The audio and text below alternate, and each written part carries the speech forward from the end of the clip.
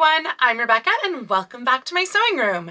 This week we are returning to the Daniel Deronda Writing Habit project, and I'm hoping, fingers crossed, that I can actually finish it this week. There is really not that much left to this project.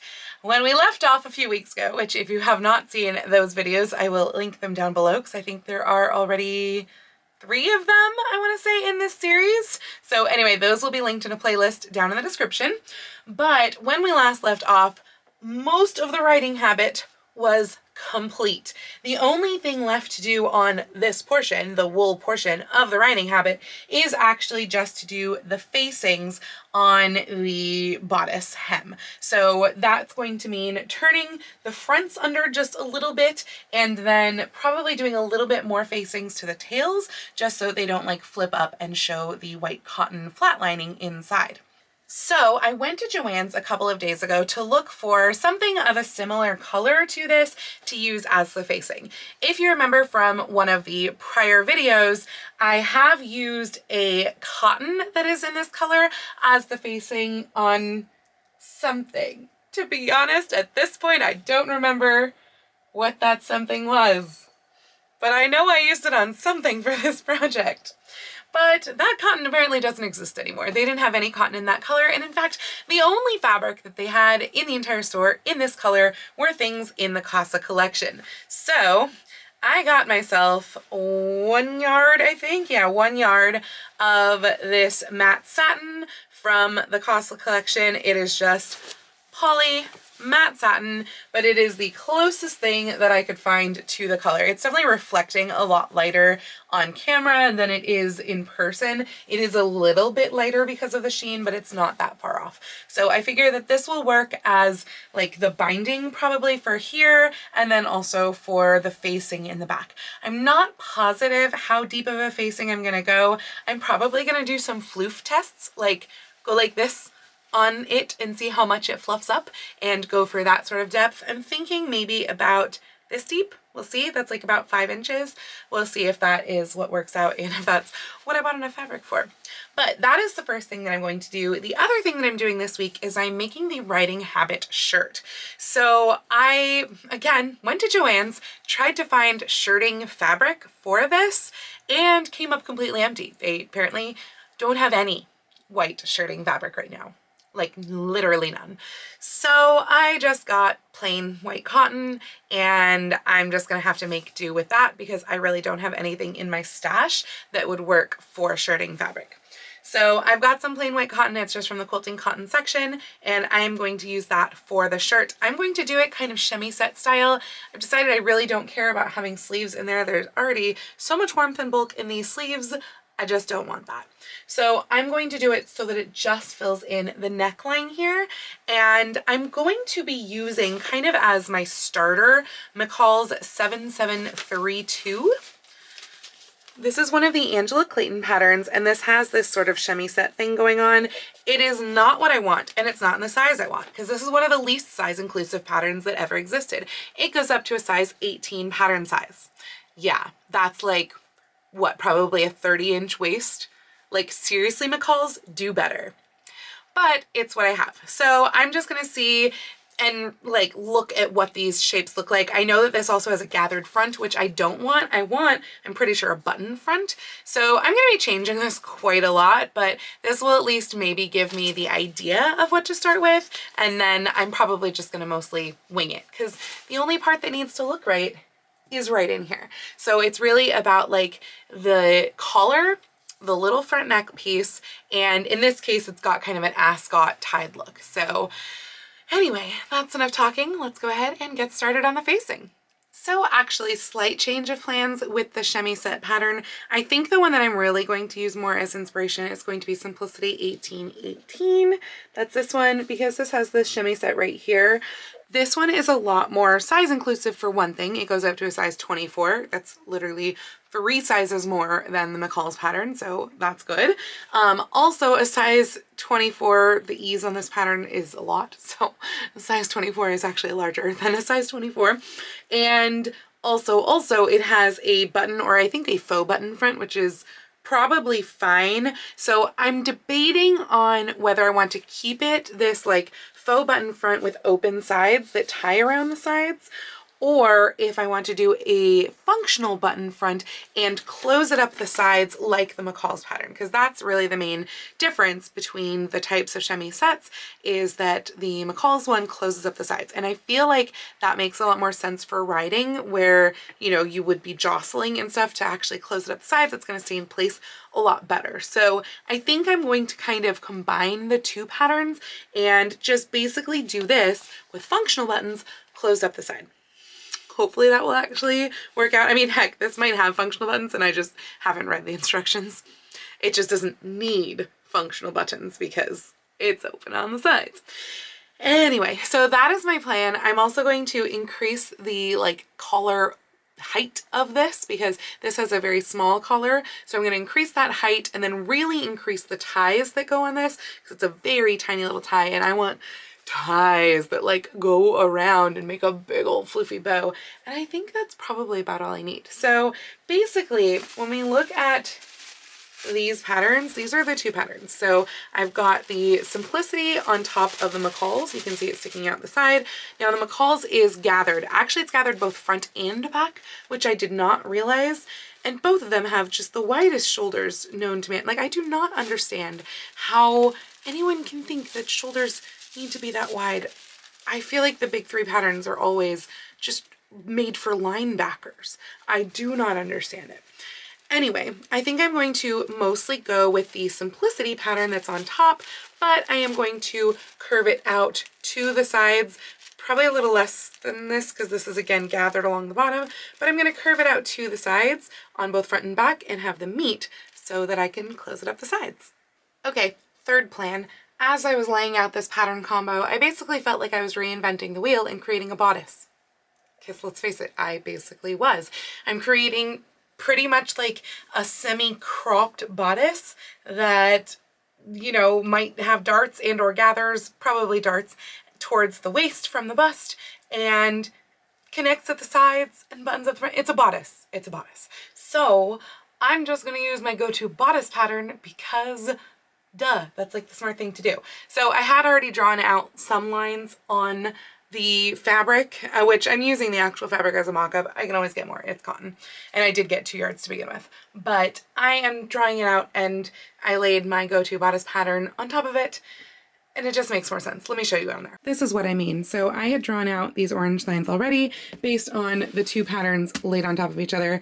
And it was like, no, this is silly. I mean, this is so wide because it's gathered and it's just, it was all wrong. Like I was trying to mark where my side would be. It was just all wrong. So this is what I'm going for now. You can see like the arm side just, it doesn't make sense. So I'm going to come back to here, maybe give myself a little bit of extra just so I don't have to cut it twice. But yeah, that's the pattern. All right, I have mock-up pieces. There are 2 fronts here and back here on the fold, and we're gonna see if these work tomorrow. I have a feeling it's gonna be pretty far off. The back of my go-to pattern is multiple pieces, so I just kind of like made up the back using those 2 pattern pieces and squishing things. So I don't know if this will work. I did try to match the shoulder, at least to the shoulder of the front, but yeah, I'm really not sure. So we will see tomorrow if this mock-up does anything, because for now, I'm going to bed. So I know that yesterday I started off by saying that I was going to work on the facing of the bodice, and then I wound up actually working on the mock-up for the riding habit shirt. But today it's almost reversed. So I've been working a little bit. Basically, I assembled said mock-up. So it has 2 darts in each side of the front, and then I folded the part that is basically the button and buttonhole facings. I folded that all in and that is pinned, and then I've put together the seams at the shoulders and the sides. So that is ready to be tried on, but I don't feel like putting a corset on right now, so I'm not gonna do that. So I'll try that on tomorrow, and instead I am now going to work on the facings. So what I've determined so far is that I'm going to try this with like bias strips for facings. I'm still not positive how to turn the dart area. I think it's going to involve cutting into the dart and like removing fabric from that area because it is just so freaking thick. So instead I'm going to focus on the tails of the coat first, particularly because that is also a pretty big wide swath. And at first I was thinking maybe it's possible to like lay the coat tails down onto the facing fabric and just sort of trace that out, but I think there's just like too much of it, and like there's a lot of seams in those coattails, and so I think what I'm gonna do is I'm gonna do a really big honking wide bias strip. So I am going to cut a bias strip in here that is, I think, 5.5 inches wide. Actually, no, probably 6 inches wide, because that'll give me the extra ½ inch to fold down at the top, and that way it'll be actually like 5 inches that it covers on the inside, and then ½ inch seam allowance top and bottom. So yeah, I think 6 inches wide is what I'm gonna cut, and just like as biasy as possible. Again, I only have 1 yard of this, and I'm gonna start by doing that. I think one strip should make it fine for all of that, and then I'll just sort of work it as it curves around the tails, and that should be good. I'm going to sew the very hem part, like where it is attached to the bottom of the tails. I'm going to sew that by machine, and then the top is obviously going to get sewn by hand. So that's going to be the first bit, and then I likewise I think want to do that wide like 5-inch strip on where the tails cut up here on the sides. I know you can't really see where I'm drawing, but basically the sides of the tails. I want to do that really, really wide strip there as well. I'm getting deja vu all of a sudden. Is this what I did for my peppermint bustle gown? Is this why I'm getting deja vu talking about this? I should probably look at my peppermint bustle gown and see what I did on that. Though that wasn't thick. It was just like tails. But, and then I think the front where it's all fitted to the body and it's not going to like flip up or anything like that, that's just going to get standard narrow, like 1 inch wide, 2 inches wide, something like that. You know, your kind of your standard single fold bias tape. That's going to be in the front area. So I have a lot of bias strips to cut out. I am clearly going to go look at my peppermint bustle and see what I did on that, because I am getting this deja vu feeling, and I'm going to go get started on these bias strips. I have no idea why I was getting that deja vu feeling. I just went and looked at the peppermint bustle. It has a pointed back. Like, there's definitely not a big facing like this on that at all, because it doesn't flip up. It's pointed. And I went and looked at like a whole bunch of other bustle dresses that I've made too, and other things of this era that would have those types of tails. The closest thing that I can think of is maybe from my big blue ruffly to sew bustle from 2020, but that just has, like, it's not quite the same shape up on the sides. It does have a wide facing, and that one, it's not great. I don't know. I think I did bias on that.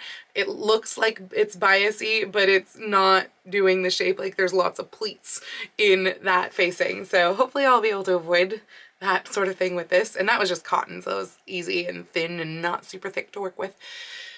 So anyway, I'm gonna go cut my bias strips now.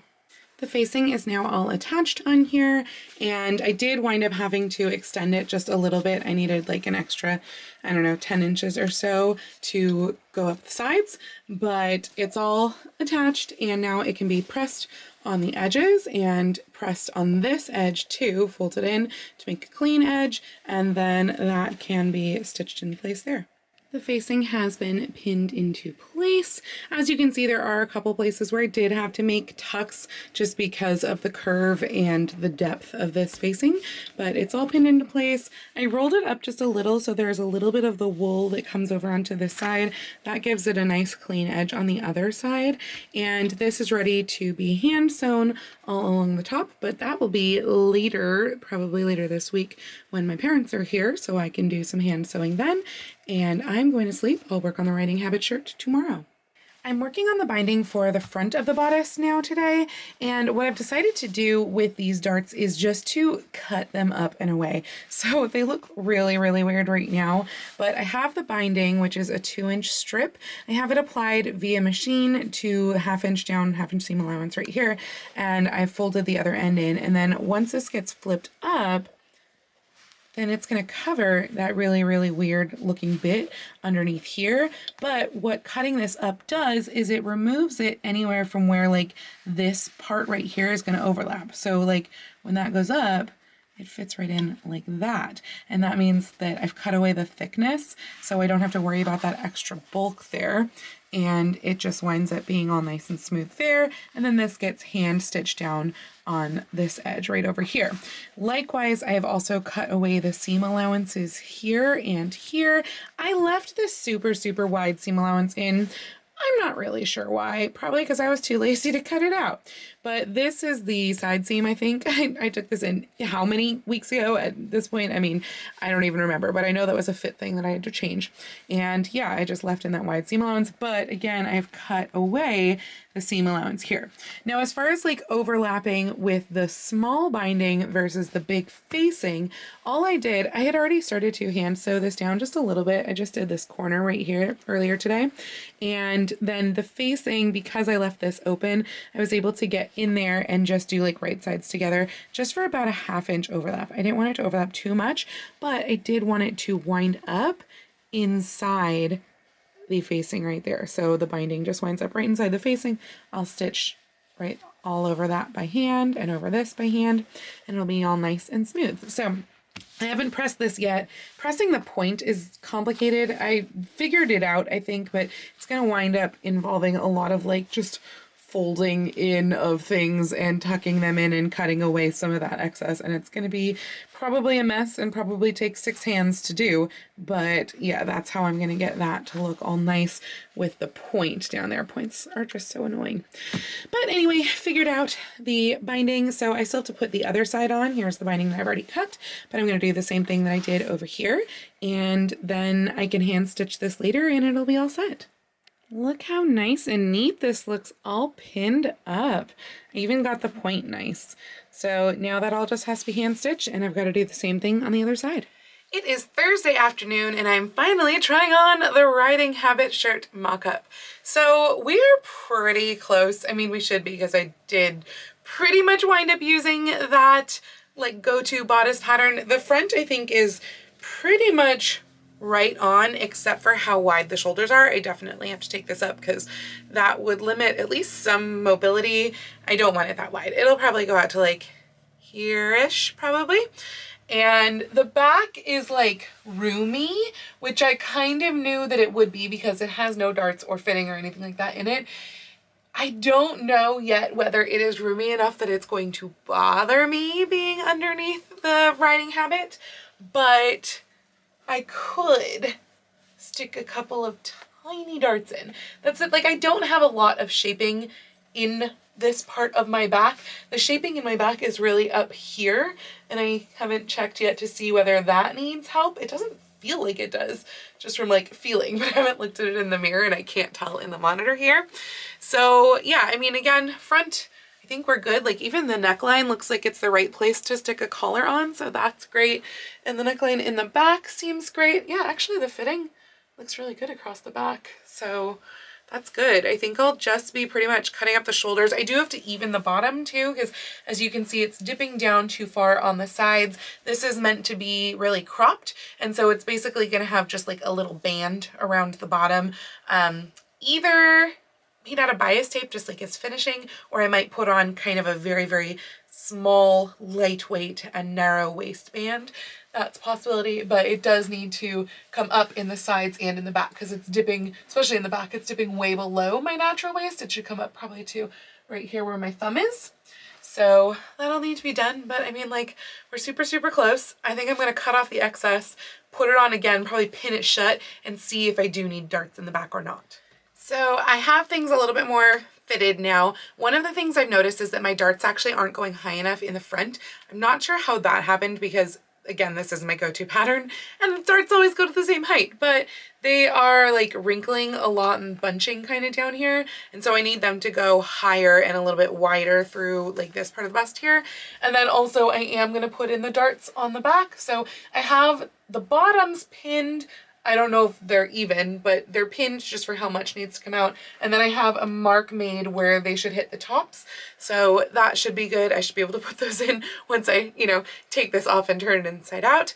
And I did cut the arm size so that they are farther up my arm. I think this is great where they're sitting right now. I think that's going to be just perfect. So yeah, as soon as I fix those darts, I think we should be good to go.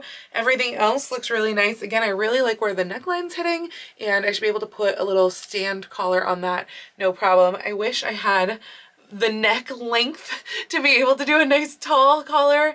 It's just something I can't do. I've never been able to do. I don't have that kind of neck, so mine's gonna be a lot shorter, and we'll just kind of wrap it with like the Ascot-y tie type thing and pretend, I guess, that I have a long neck by doing a floofy bow.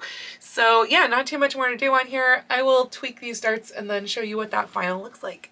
Changing the darts made it perfect. The one other thing that I'm going to do is I'm going to curve in this center front closure just a little bit because I realized that it was actually overlapping at the top. And once it's curved in, it fits my neck perfectly. So that's great. And here we are. This is the base of the Writing Habit shirt. All this needs is the collar and the finishing. And speaking of the finishing, I'm going to do this the way that I do most things, which is serging. So that means I'm actually going to take it apart at the shoulders and the side seams because this was originally supposed to be my mock-up. And I'm going to serge those edges, probably serge around here and the hem and the neckline for sure also. And that way these ones can just be turned over with like bias tape and bound. I might even just turn over narrow hem and bind it. I'm not really sure yet for top and for arm size. And then this will get the collar connected. So I don't think I'm gonna have time to connect the collar tonight because I do have a show, but yeah, we'll see. All right, I took it all apart and serged all the edges and put it back together. It was just 4 seams, so not a big deal. And it is all perfect and ready to go. I will be putting the collar on hopefully tomorrow. So I believe that the last clip that you just saw was recorded on Thursday, and it is now Monday night at 9:30, and I have done nothing whatsoever in that time on the Writing Habit shirt. Normally I would have just cut this off and started a new vlog, but I really wanted to finish this for you, and I've had my parents in town, so I have not been doing any sewing. So we are going to see, while my mom is watching a movie in the other room, if I can finish this in the next like 2 hours. I don't know, but we're gonna try it. So the first thing is going to be putting a collar on. I'm going to use the same general collar shape that I used on the Samantha cloak that was a couple weeks ago's vlog, I think, or last week's vlog, something like that.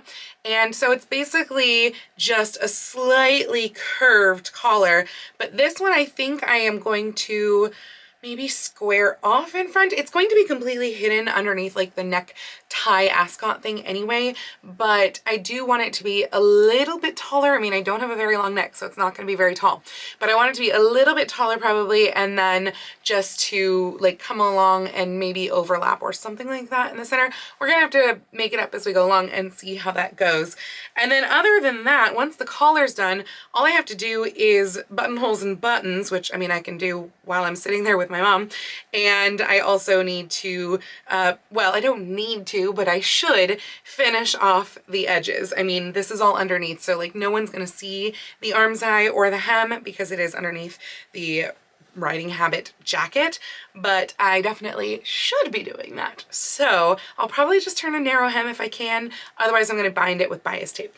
So let's get going on the collar and see if we can just finish that off super quickly.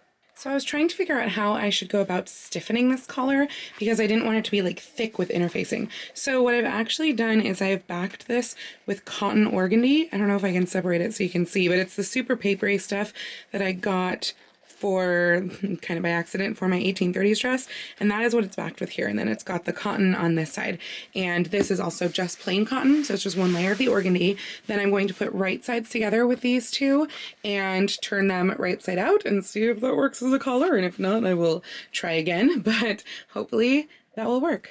So I figured before I would go ahead and sew down the inside, I should probably try it on and see how it goes. So I'm not wearing my corset or anything, obviously, so like it is not going to close at all, but I think think we're good on the collar. It's hard to tell, to be honest, without it like totally closing, but I really don't feel like going to put my corset on. But yeah, I mean, like, look, the collar overlaps just that little bit like it should. I mean, I think it should overlap. It's going to be covered with the ascot tie part anyway, so I don't know how much it matters, but like this part, the facings, they overlap. So therefore the collar should overlap. Yeah, maybe. I have no idea. I don't know these things, but it's a nice clean finish. It seems like a really good height. What I did was I cut my collar band sort of thing. It is 3 inches tall through most of the collar, and then it tapers to 2.5 inches tall by the fronts. And that is like with the seam allowances included. So really it winds up 2 inches tall going around to 1.5 inches tall here at the fronts. So that helps for my short neck. And the fact that I do need it a little bit shorter in the front than in the back, like I can sustain a little bit of a higher height in the back. But yeah, I think that the organdy is working really well as interfacing. I'm gonna double check this in the mirror because it's hard to tell in my monitor here how this is looking, but I think this is going to be the answer. And then like this will button front. I don't know if a button would go here. Maybe a hook, maybe a little hook and eye right here, like a hook and a thread bar. That seems like a good idea. And then it'll have the ascot wrapping around. But yeah, that seems really nice. So what this looks like on the inside, I have already folded over this part here of the inside of the collar. So I just folded a little bit of a seam allowance there, and I did a nice clean press here up at the top, and I of course trimmed my corners and everything so I can get a nice clean corner. And now I'm going to stitch in the ditch from the outside. I'm going to pin it first after I take it off, but I'm going to pin this part here down so that it covers the seam. Then I can stitch in the ditch on this side, and it will stitch the inside of the collar nicely down, and it won't really show because it'll be in the ditch. Plus, of course, the ascot. So once I do that, then I can go ahead and do buttonholes, and I can also work on the ascot. Honestly, I think the ascot is going to be a very, very long strip of cotton. Very long. Probably not on the bias. Not positive, but probably not on the bias. Just a very long strip. Hopefully long enough that it can probably, this is the question. I think it's going to be attached at the center here to the front of the collar, wrap all the way around my neck, and come back to the center and tie. I think that's going to be how it is, and it'll just be attached on the one side. So we'll give that a try and see if it works. Okay, one slight change. I think I am actually going to make this angled right here. See where this pin is pinned? I think I'm going to actually like make that the seam line, because otherwise it seems like it sticks over and it isn't as tall as right here. So right here's where it meets. I'm gonna go ahead and edge that, and that way it meets up when this is closed. So that should be better. So I'm determining the stock length by tying a bow just of ribbon around my neck to see kind of where I want it to hang. And I just started here. I had put the center in the front, wrapped it around, brought the ends together, and then tied it in a bow. I want it longer than where it is right now though. So I have actually marked out a little bit longer. So let's move this around just a little bit and tie that bow, because I want the tails to basically fill in the neckline of the bodice. So yeah, I think that's a little better. That should kind of be able to like floof up a little and fill in the bodice. So I have that pinned right there at the end, and now I can take that off and determine just how long it needs to be, which is honestly pretty darn long here. I'm gonna measure this, but it is definitely more than the width of the fabric. So then I have to think about, do I want to either put a seam somewhere in it, which obviously if I'm gonna start it right here in the center, I don't wanna start the seam, put the seam like right there in the center. So that's something to think about. Or do I want to do it the length of the fabric, and will that make a difference? So I have to determine that and see what I'm gonna do. I do want to say I did also already finish off the edges, both on the armscye of the bodice right here, and also on the hem right there. And when I say bodice, I mean riding habit shirt. And I have also just done the buttonholes. So there are 10 of them total. They go with quite small buttons. Each of these buttonholes I think is like 11/16 inch long, and the buttons are pretty darn tiny, but there will be 10 of them total. Each buttonhole is spaced 1 5/8 inches apart. So just So, you know, if you wanted to know that sort of thing. I am going to iron off the friction pen marks that I put in there. That's how I mark everything, is with a friction pen basically. But I'm going to iron those off, and I will sew on the buttons in a little bit here, but I do want to cut the stock first. So I think width-wise, I want a finished width of about this far. I think that's 3 inches. So that would mean that I'm going to cut it, well, it depends. Do I want to do 2 pieces with seams on both sides, or do I want to do 1 piece folded in half? And that is a good question. It's probably easier if I do 1 piece folded in half. I think that will probably be better. But then again, 2 pieces sewn together would kind of be more even, because then I'd have seams on both sides. So I'm going to think on that. But I think the finished is going to be 3 inches wide. If I do 1 piece, then that means it's 7 inches total. If I do 2 pieces, then that means it is 2 4-inch pieces. So yes, seam allowance is important. And yeah, I'm gonna get that cut out, sewn together, and I'll tell you which one I chose. Okay, so again, not putting on the corset yet, but I think I've got the length determined for the ascot. What I actually did was I just did 2 full widths of the fabric, because I realized my length was actually shorter than my width. So I did 2 full widths of the fabric, and then I did actually 4 widths of the fabric, because it had to be the front side and the back side. But the 2 widths were joined together in the center and made up a really long, like 84-inch long thing, which I knew was going to be a little bit longer than I needed. But again, I was trying to get it so that the seam didn't wind up like smack dab in the center. So it's right here. I don't think it's very obvious. I think that's going to be okay. And I now have this, at least this side, the length that I wanted. I did angle the tail there. I think it looks really nice. Now what I'm going to do is I'm going to cut off the excess on this side, because again, I just did it to the full width. So I'm going to cut that off at an angle, but a little bit longer than how I need it, and fold that up inside, and then probably just whip stitch right along the edge by hand to close that off, because this was just a tube that I did right sides together, and then this side I actually did sew while it was the tube, and then turned that point out, you know, clipped my corners, turned it out so it became a nice little point there as was. But as you can see, where the jacket closes, this length now fills this in really, really nicely, and this will get attached to the riding shirt back there. That way I don't have to worry about it like slipping around or anything like that. I'll attach it to the collar right here in the center, basically the center front, and then I can just tie it over that standing collar. So that is perfect. So that means that frankly, all I have left to do at this point is hand sewing the 10 buttons, the point down here, and I do still have a little bit of the facing of the jacket left to hand sew, and I'm gonna do all of that, and then in another video you are going to see the reveal of this outfit. I do not know when that video is going to happen, because I am wanting to attempt to maybe get pictures with a horse.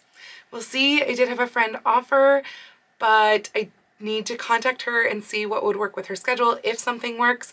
And also we're in the middle of like a, what do they call it, when the rain just comes in and like sits where you are, whatever that term is. I think it's something like a something river. My mom just shouted from the other room, atmospheric river. We're in the middle of one of those right now. So it's been raining for a few days. Places are starting to flood around here, and it's going to continue to rain for like a week. So yeah, I don't know when the final thing is going to happen, but obviously I am not going to go pose with horses in the middle of an atmospheric river. So at some point you will see that other video from me. It will probably be a Saturday video, because it'll be just a little short one with just the full reveal of the Daniel Deronda outfit, and I'll have the hat and everything too. And if it's not with horses, then I'll do it at a park or something like that, and we'll just pretend. But that's gonna be it for me for this week's video for all of the sewing of this project. So I do hope that you have enjoyed this project so far, and that you are eager to see the final reveal, and that you'll come back for that video. If you liked this video, please go ahead and click the thumbs up icon. And if you'd like to see more videos like this from me, please go ahead and click subscribe and the little bell icon to be notified every time I post a new video.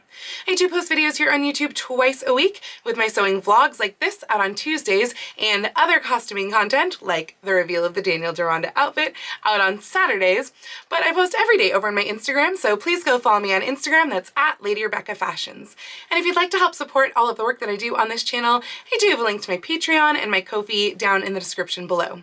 I'd also like to give a special shout out to my Edwardian level patrons, Sharon, Julie, and Mirage. Thank you all so much. Have a wonderful week, and I will see you very soon in my next video. Happy sewing!